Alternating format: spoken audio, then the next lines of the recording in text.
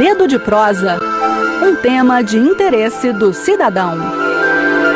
Se você tem mais de 50 anos, como é o meu caso, tente se lembrar das notas de cruzeiro lá na década de 70. Faz tempo, mas dá para lembrar, não é? Um enigma, digamos assim, que intrigava muitas crianças da época era porque a nota de 5 cruzeiros trazia a figura de um homem jovem, Dom Pedro I, e a nota de 10 cruzeiros estampava a figura do filho dele, Dom Pedro II, um homem idoso. A explicação é simples. Enquanto Dom Pedro II, o filho, morreu aos 66 anos, Dom Pedro I, o pai, morreu com apenas 35 anos. O primeiro imperador do Brasil e o homem que proclamou a independência morreu em Portugal há exatos 186 anos, em 24 de setembro de 1834, vítima de tuberculose. A doença na época era quase que uma sentença de morte. Na verdade, até meados do século XX, não havia tratamento eficaz contra a tuberculose. O doente era orientado aí para um local de clima frio, geralmente nas montanhas, mas a terapia muitas vezes não produzia resultados. Além do imperador Dom Pedro I, o poeta Castro Alves, os escritores Álvares de Azevedo e José de Alencar e o compositor Noel Rosa têm em comum o fato de que morreram de tuberculose. O bacilo de Koch é o agente causador da doença. A bactéria se aloja nos pulmões e, nos casos mais graves, o quadro pode levar o doente a eliminar sangue quando tosse e ter dificuldade para respirar. Por fim, vem o colapso dos pulmões e a morte.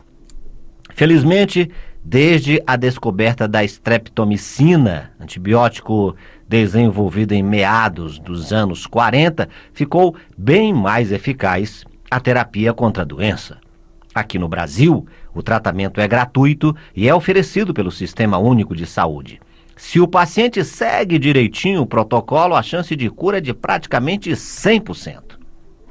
Mas existe um jeito de você se proteger e não pegar tuberculose. Ele se chama vacinação. Se você não estiver dirigindo agora, olhe para a parte de cima do seu braço direito. Tem uma marquinha mais ou menos redonda aí? Então, é sinal de que você já recebeu a vacina BCG. A BCG é obrigatória no Brasil para crianças menores de 1 ano de idade. O ideal é que seja aplicada ainda na maternidade em recém-nascidos com peso igual ou superior a 2 quilos. Como dissemos, a BCG é indicada para a prevenção da tuberculose, doença que é transmitida de pessoa para pessoa pela saliva.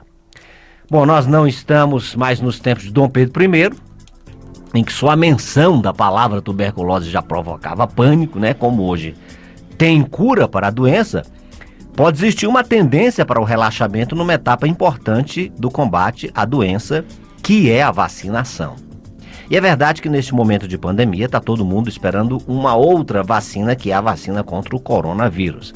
Mas nós não podemos relaxar e ficar sem tomar as outras vacinas, entre elas a BCG. Você acabou de ouvir agora, na reportagem do Pedro Pinça, que abriu Conexão, que o índice de vacinação infantil vem caindo ano após ano.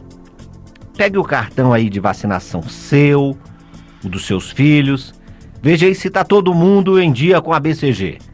Com essa providência, sua família vai ficar protegida da doença que matou Dom Pedro I há 186 anos. Gente, vacina existe, né? Tá aí à disposição para todo mundo, mas tem caído ano após ano a vacinação, principalmente de crianças. Isso é um problema muito sério.